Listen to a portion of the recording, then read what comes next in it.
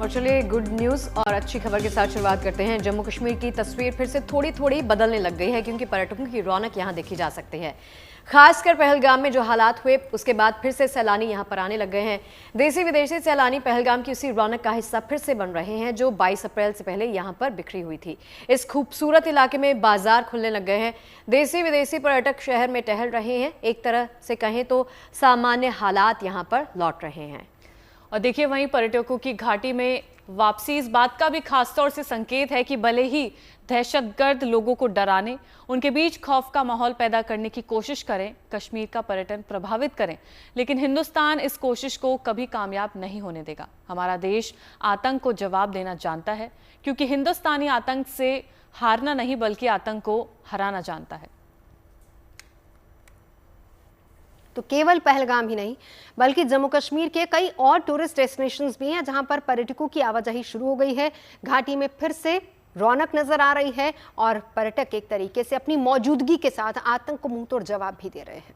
हालांकि घाटी के कुछ पर्यटन स्थलों को फिलहाल एहतियातन बंद रखा गया है, इसलिए पूरी जानकारी और सावधानी के साथ ही जम्मू कश्मीर की सैर करें और गर्मियों की इस सीजन में छुट्टियों को एंजॉय करें।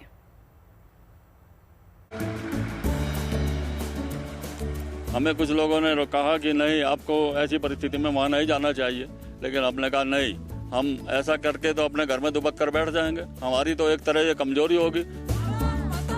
टूरिस्ट को अटैक करने का उद्देश्य ये था कि यहाँ पर टूरिज्म कम हो जाए, लेकिन ऐसा नहीं होगा क्योंकि ये शायद इसीलिए किया गया हो कि टूरिस्ट यहाँ ना आए, डर जाएं, लेकिन ऐसा नहीं है। ये किसी की साजिश है।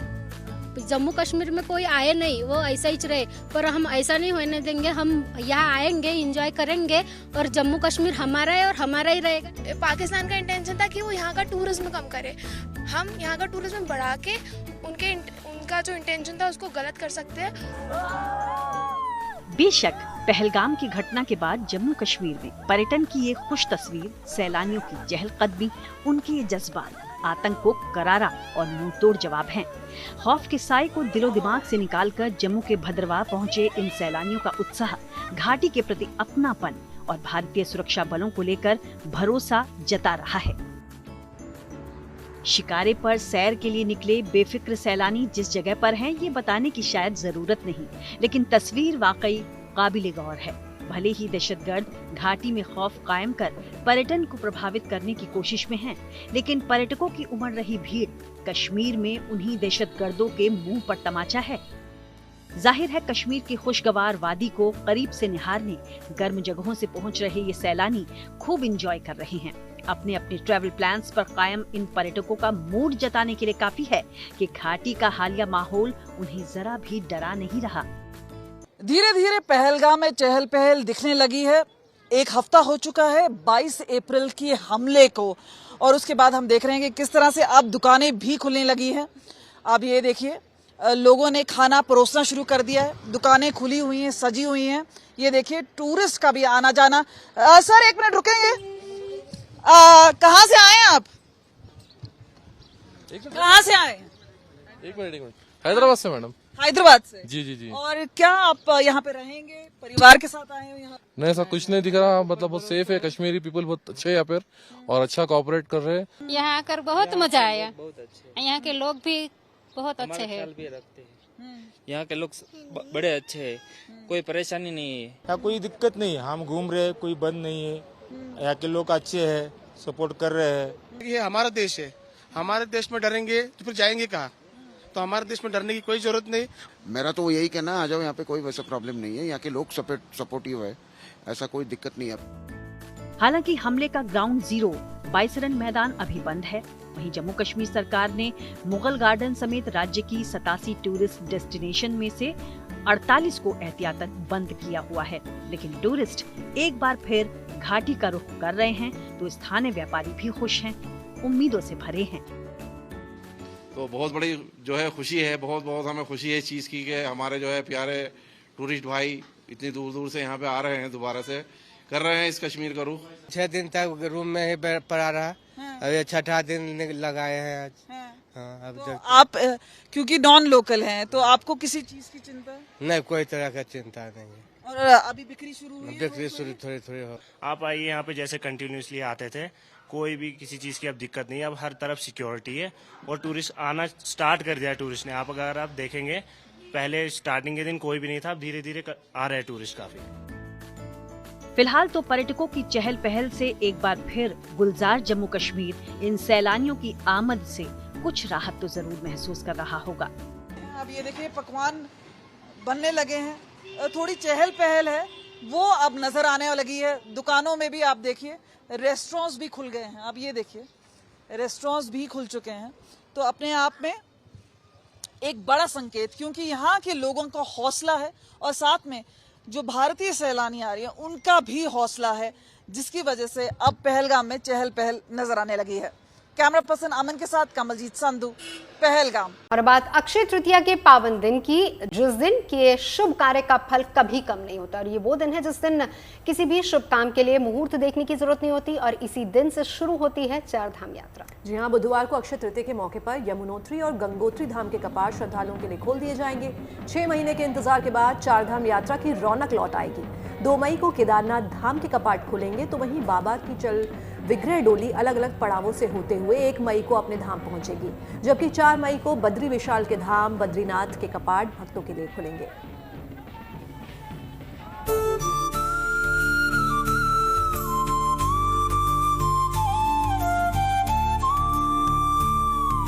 गंगोत्री, यमुनोत्री, केदारनाथ और बद्रीनाथ, ये चारों ही धाम हिमालय का मुकुट हैं। देवभूमि उत्तराखंड में स्थित इन 4 धामों में देवताओं का वास है। बुधवार को अक्षय तृतीया के मौके पर यमुनोत्री और गंगोत्री धाम के कपाट श्रद्धालुओं के लिए खोल दिए जाएंगे, जिसके लिए यमुना और मां गंगा की डोली शीतकालीन गद्दी स्थल से अपने अपने धाम के लिए निकल चुकी हैं।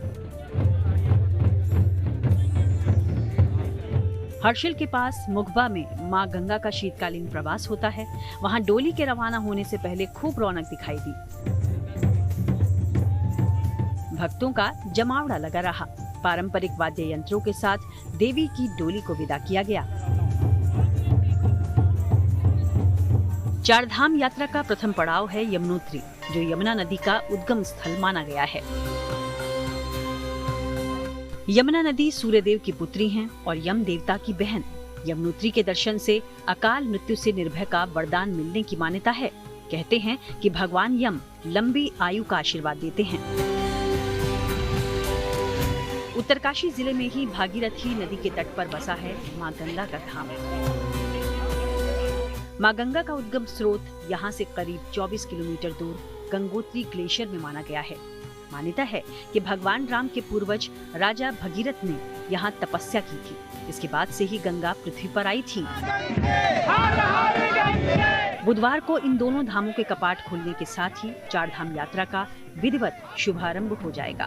देश विदेश से भक्त चार धाम यात्रा के लिए पहुंचते हैं। तीर्थ इसलिए महत्वपूर्ण है कि वो पवित्र है, वहाँ दिव्यता का वास है, पवित्रता का वास है। तीर्थ इसलिए भी महत्वपूर्ण है, इन तीर्थों ने हमें उसकी चैतन्य सत्ता से जुड़ने का अवसर दिया है। ये चार धाम के ये मंदिर, बद्रीनाथ, केदारनाथ, गंगोत्री, यमुनोत्री, केवल पत्थरों से बने मंदिर नहीं है, बल्कि परमात्मा की जो चैतन्यता है उसका साक्षात दर्शन वहां मिलता है।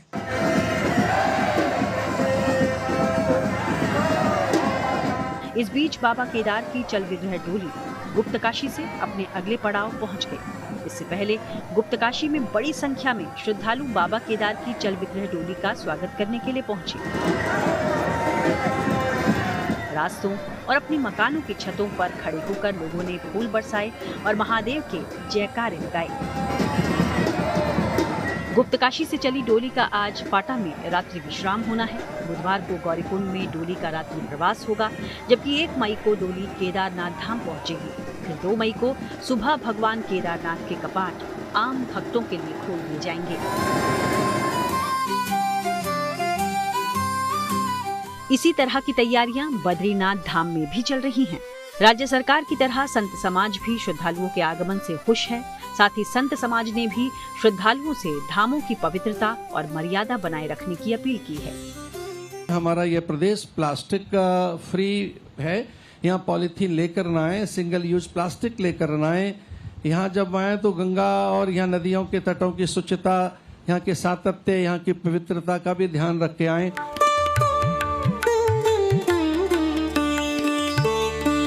इस बीच हरिद्वार से चारधाम यात्रियों का पहला जत्था रवाना हो चुका है। इन श्रद्धालुओं के चेहरे पर बाबा के दर्शन की उमंग और यात्रा का उत्साह साफ नजर आ रहा है।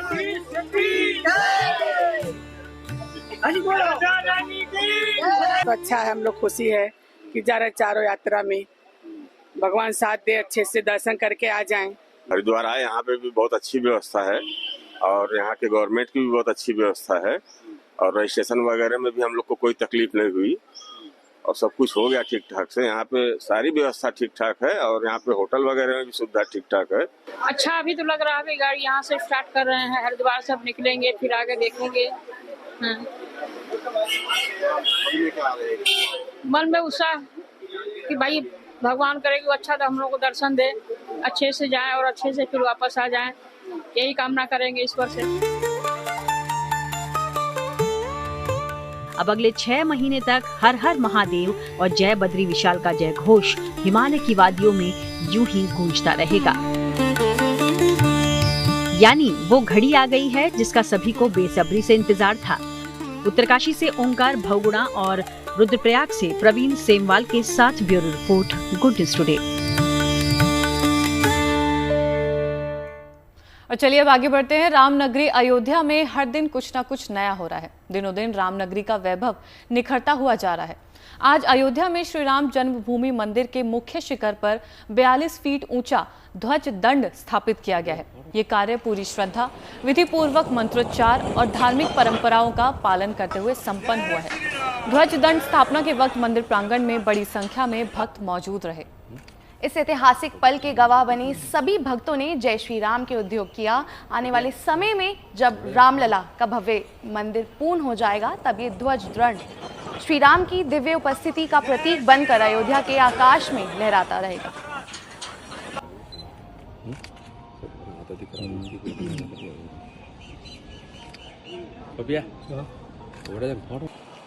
इस वक्त हम खड़े हैं राम जन्मभूमि के द्वार पर। ये निकासी द्वार है अंगट किला का और यहाँ पे राम जन्मभूमि के अंदर आज ध्वज दंड लगाया गया है जिसमें झंडा लगाया जाएगा मुख्य शिखर पर श्री राम जन्मभूमि के और उसकी लगभग ऊंचाई 42 इंच की बताई जा रही है।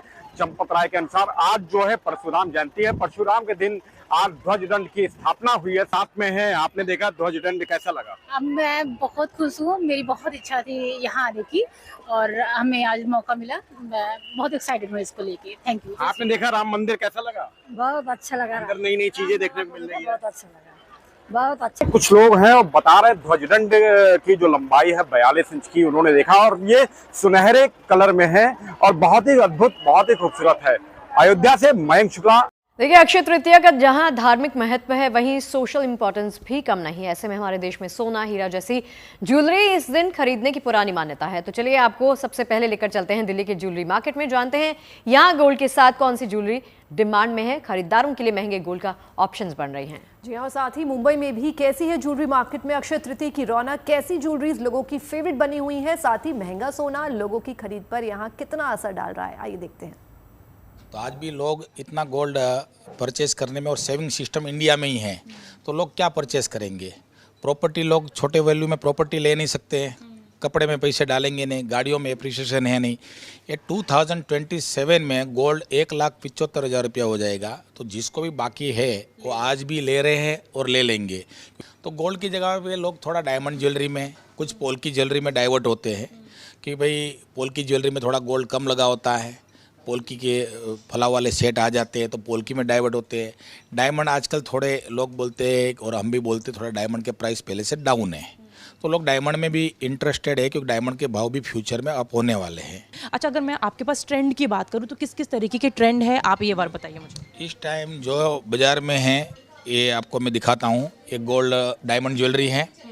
ये डायमंड ज्वेलरी में बंदा बड़ा सेट नहीं लेते लोग, तो छोटे छोटे ले लेते। ट्रेंड यही है, ये फ्यूचर है और ये परंपरा ऐसा है कि ये कभी भी आउट ऑफ डिज़ाइन नहीं होने वाली है। और पोल्की सबसे ज़्यादा आज इसलिए हॉट चल रही है कि पोल्की में छोटे बजट में अच्छे सेट आ जाते हैं। तो पोल्की आजकल लेटेस्ट में चलती है। शादी ब्याह में गोल्ड ना लेके लोग पोल्की में इन्वेस्टमेंट करें तब भी कोई दिक्कत नहीं है। क्या रेट होता है पोल्की का? पोल्की 4,000 रुपये कैरेट से लेकर 10,000 रुपये कैरेट में आपको अच्छी पोल्की मिल जाती है आज की तारीख में, क्योंकि प्राइस डाउन होने के कारण पोल्की सस्ती है। उसमें थोड़ा गोल्ड कम लगता है। गोल्ड में तो सारा 916 ये तो 14 कैरेट और 18 कैरेट में भी बन जाता है। और शादी में पोल्की आपने देखा होगा, ब्राइडल ज्वेलरी, दुल्हन की बहन हो या मामा हो, मासी हो, माँ हो, सब लोग सिस्टर विस्टर सब लोग पोल्की लाइक करते हैं।